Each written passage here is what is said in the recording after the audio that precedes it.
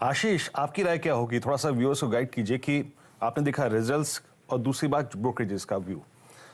और जैसा कि भी हेमंत ने भी मेंशन किया कि प्रायर टू नंबर्स ये स्टॉक 3 दिन से चल रहा है और एक दिन एक हायर शेडो क्रिएट करी। आप कौन से लेवल पे नजर रखेंगे पोस्ट ओपनिंग, जहां पे जाके आप शायद लॉन्ग करना चाहेंगे मीडियम टर्म प्रोस्पेक्टिव से, या फिर जिसके बाद ब्रेकआउट इस स्टॉक में ऊपर की तरफ आ सकता है? जी, तो फिर मैं थोड़ा सा लंबा इस पे एक ध्यान रख के बात करूंगा। 2018 अक्टूबर में इसने ऑल टाइम हाई बनाया और यही 3 दिन पहले रिजल्ट आने के पहले हमने देखा स्टॉक ने ऑलमोस्ट अपने ऑल टाइम हाई को रीटेस्ट किया और वहां से एक थोड़ी सी प्रॉफिट बुकिंग आपको देखने को मिली, जो क्लियरली इंडिकेट कर रहा है कि 2 साल के बाद जब ये स्टॉक अपने ऑल टाइम हाई के आसपास आ रहा है तो वहां से एक थोड़ा सा प्रॉफिट बुकिंग रिजल्ट के चलते जरूर देखने को मिल सकती है। पर जो ब्रॉड ट्रेंड है वो बहुत ही पॉजिटिव लगता है मुझे। मेरा भी बहुत क्लियर है कि कोई भी डिप जो टीसीएस के अंदर में आती है वो बाइंग की एक अपॉर्चुनिटी क्रिएट करेगी। लेवल वाइज मेरा मानना है जो आपका 20 डे मूविंग एवरेज है शॉर्ट टर्म के तौर पे वो 2100 रुपए के आसपास है। तो 2100 रुपए 2130 रुपए की रेंज में जहां पे भी आपको टीसीएस का शेयर मिलता है वो एक बहुत अच्छा एरिया होगा जहां आप लॉन्ग पोजीशन बना सकते हैं। मैं पोजिशनली मानता हूं ये स्टॉक अपने ऑल टाइम हाई को क्रॉस करेगा और 2350 तो शॉर्टर टर्म टारगेट होंगे। पर मुझे लगता है अगर से इसको आप 6 से 9 महीने का समय दें तो स्टॉक हो सकता है 2450-2500 के लक्ष्य को भी छूने की कोशिश करेगा। और जो आइडियल रेंज इसको लेने की, जैसे मैंने कहा 2100-2130 की जो बैंड है वो बहुत ही अच्छा एरिया है जहां पर पे आप इसके अंदर लॉन्ग पोजीशन बना सकते हैं शॉर्ट टू मीडियम टर्म के लिहाज से। ठीक बात है। तो थोड़ा सा नीचे जाएगा तो देखिए बायोन डिप्स का स्टॉक है, बहुत चिंता मत करिएगा कि नतीजे खराब आए हैं। तो देखिए आने थे नतीजे ढीले, लेकिन अगर आपने इस स्टॉक को 23 मार्च के आसपास खरीदने की कोशिश करी, 6 महीने का चार्ट दिखाएंगे तो देखिए लॉकडाउन के दौरान के नंबर्स अच्छे नहीं है, लेकिन इस शेयर ने बहुत बढ़िया रैली दिखाई है और ये इसी हफ्ते एक नए 52 वीक हाई को भी हासिल कर गया है। तो टीसीएस आउट परफॉर्मर है। पोर्टफोलियो में से निकालिएगा मत इन नंबर्स को देखकर। ये शेयर आपको अगले क्वार्टर में और अच्छा भाव दिखा देगा, क्योंकि कंपनी जब खुद ही कह रही है देखिए कि उनकी कमेंट्री अच्छी है। तो बायोन डिप्स ये रणनीति आपकी होनी चाहिए। और भसीन साहब की बात मुझे बहुत बढ़िया लगती है। टेक महिंद्रा और विप्रो, भसीन साहब कुछ दिनों पहले हमने देखा था टेक महिंद्रा ने आईटीआई के साथ मिलकर एक करार किया और वो कह रहे हैं कि वो कुछ बीएसएनएल के लिए भी देखिए ऑर्डर्स में बोली लगाएंगे। तो टेक महिंद्रा बहुत ही गजब प्रदर्शन दिखा रहा है। अगर आईटी में नजर होनी चाहिए अब किसी नए शेयर पर तो टेक महिंद्रा पर होनी चाहिए। बहुत ही सटीक एनालिसिस है आपकी।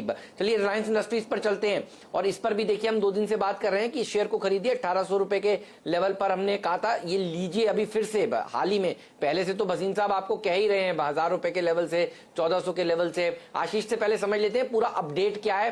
बीपी के साथ मिलकर जो इन्होंने ज्वाइंट वेंचर बनाया था उसमें अब क्या कुछ कंपनी करने वाली, आशीष बताइए। हाँ, अच्छी खबरों का सिलसिला कंटिन्यू होता हो तो रिलायंस इंडस्ट्रीज को लेकर अपडेट है कि इस कंपनी और बीपी ने जो इंडिया फ्यूल पार्टनरशिप थी उसमें अब आगे कदम बढ़ा लिया है। दोनों ने new Indian fuels and mobility joint venture Reliance BP mobility limited का लॉन्च अनाउंस कर दिया है। बीपी दरअसल रिलायंस में जो जेवी है उसमें 49% स्टेक एक्वायर करेगा, जिसके लिए $1 बिलियन पे करे गए। इस जेवी में रिलायंस इंडस्ट्रीज 51% स्टेक ओन करेगा, मेजॉरिटी पार्टनर होगा। अच्छा, ये जो Reliance BP mobility limited joint venture बना है, ये करंट जो रिटेलिंग नेटवर्क है रिलायंस के फ्यूल पंप्स का, रिटेल साइट्स का, फिलहाल 1400 प्लस का है। अगले 5 सालों में 5500 तक ले जाने की तैयारी हो रही है। और इसके चलते इंटरेस्टिंगली मैं एक और इंटरेस्टिंग डोप पढ़ रहा था कि स्टाफ रिक्वायरमेंट जो होगी वो 20,000 है मौजूदा, वो बढ़कर इस टेन्योर में 80,000 तक स्केल अप होती हुई नजर आएगी। इस तरह का जॉब क्रिएशन भी इस जॉइंट वेंचर के चलते आपको देखने को मिलेगा। और हाँ, इसी जेवी का एक इंपैक्ट जैसे आप सुबह मेंशन भी कर रहे थे, कैस्ट्रॉल इंडिया रिलायंस बीपी जेवी जब फ्यूल बेचना शुरू करेगी, साथ साथ एग्जिस्टिंग आउटलेट्स में इमीडिएटली कैस्ट्रॉल के लुब्रिकेंट्स बेचना शुरू करा जाएगा। ध्यान रखिए कैस्ट्रॉल जो है एक बीपी कंपनी है, तो इसके लुब्रिकेंट्स उस जेवी के अंतर्गत रिटेल आउटलेट्स में बिकना शुरू होंगे, तो उसके लिए भी एक अच्छी खबर आती हुई।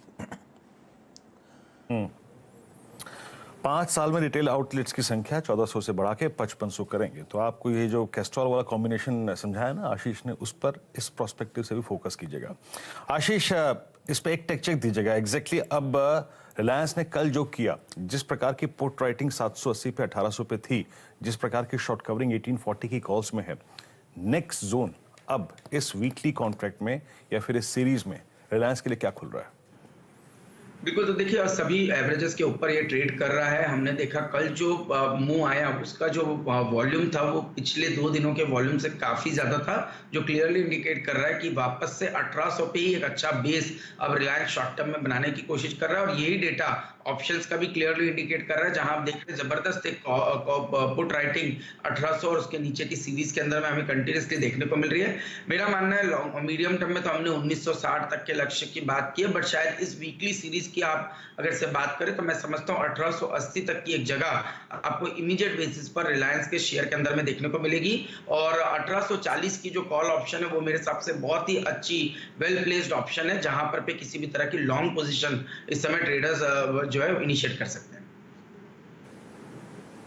ठीक बात है, तो इसके ऊपर रखिएगा नजर। और अगले हफ्ते ध्यान रखिए 15 तारीख को कंपनी की एजीएम भी है, और एजीएम पिछली बार वाली आपको याद ही है, जहां पर डेट फ्री होने की बात कंपनी ने कही थी और वक्त से पहले ही देखिए डेट फ्री हो गई। और कल हम आपको ये भी बता रहे थे परसों की फेसबुक वाला पैसा भी आ गया है। भसीन साहब, वैसे तो जग जाहिर है आपका बुलिश कॉल रिलायंस इंडस्ट्रीज के लिए, ये बताइए रिलायंस इंडस्ट्रीज के अलावा रिलायंस इंडस्ट्रीज का पार्टली पेड स्टॉक भी बहुत ही शानदार प्रदर्शन दिखा रहा है जब से ये लिस्ट हुआ है। क्या करना चाहिए और आपकी अपनी एक्सपेक्टेशंस क्या हैं इस एजीएम से?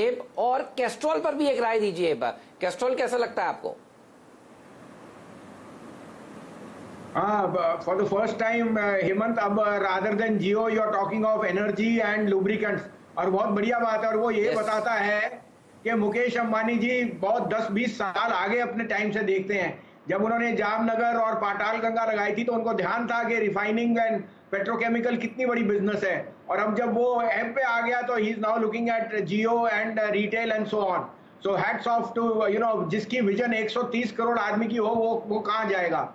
और आपने बहुत अच्छी टिप्पणी की कि बीपी के साथ अब retail outlet, so it's telling you कि their presence is going to be across the board in anything which you buy, whether it's data, whether it's Jio, whether it's retail और इट्स एनर्जी। और I think Castrol के लिए तो because of being the parent company BP, it's a big. यहाँ पे हेमंत मैं 1 second और लूंगा।